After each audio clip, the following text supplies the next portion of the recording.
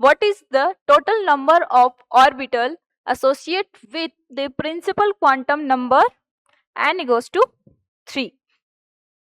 Question क्या है कि मेरे पास टोटल नंबर ऑफ ऑर्बिटल्स बताने किसमें, जब उसका जो ऑर्बिट है वो कौन सा है, n equals to 3, यानी कि n equals to 3 है। तो हम बच्चे ने 4 क्वांटम नंबर पढ़ा है, प्रिंसिपल, एजिमुथल, मैग्नेटिक और स्पिन। तो ये जो n equals to 3 है वो किसको रिप्रेजेंट कर रहा है, प्रिंसिपल क्वांटम नंबर। इसका मतलब हमें आगे एजिमुथल, मैग्नेटिक एंड स्पिन की कोई इंफॉर्मेशन गिवन नहीं है, तो हम उसको कुछ भी ले सकते हैं। अगर n equals to 3 है तो उसके लिए l कहाँ से कहाँ तक वेरी करेगा। l जो है स्टार्ट होता है 0, 1, 2 एंड डॉट डॉट n-1 तक। n क्या है, 3। इसका मतलब जो l है वो कहाँ से कहाँ तक होगा, 0, एक तो 0 होगा, दूसरा 1 होगा, तीसरा 2 होगा, राइट।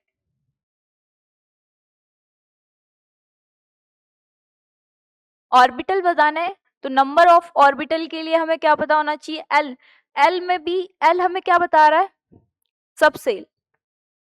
m क्या है, मैग्नेटिक क्वांटम नंबर, वो क्या बताएंगे, नंबर ऑफ ऑर्बिटल।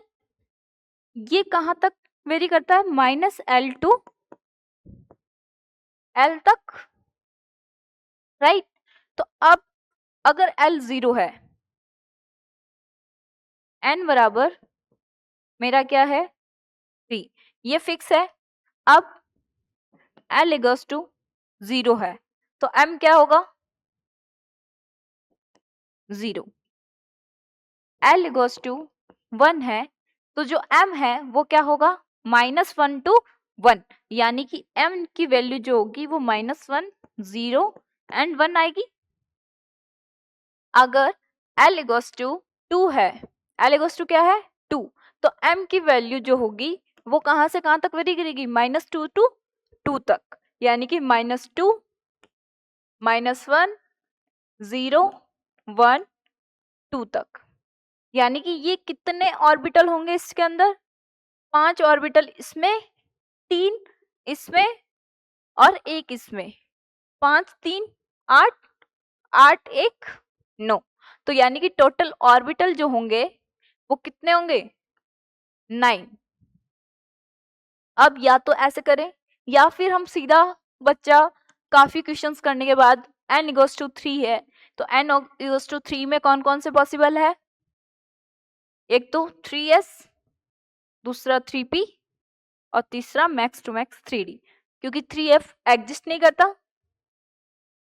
तो अब इसमें ऑर्बिटल जो होंगे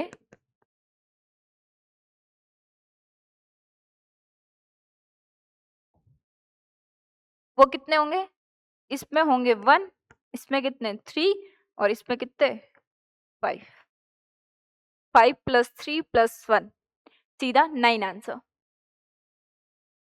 आप किसी भी तरह से एक्सप्लेन कर सकते हैं बच्चे को पर बताना सही मेथड है कि इस मेथड के थ्रू करते हैं, बट शॉर्टकट कैसे जाना है वो भी बच्चे को आपको सिखाना है।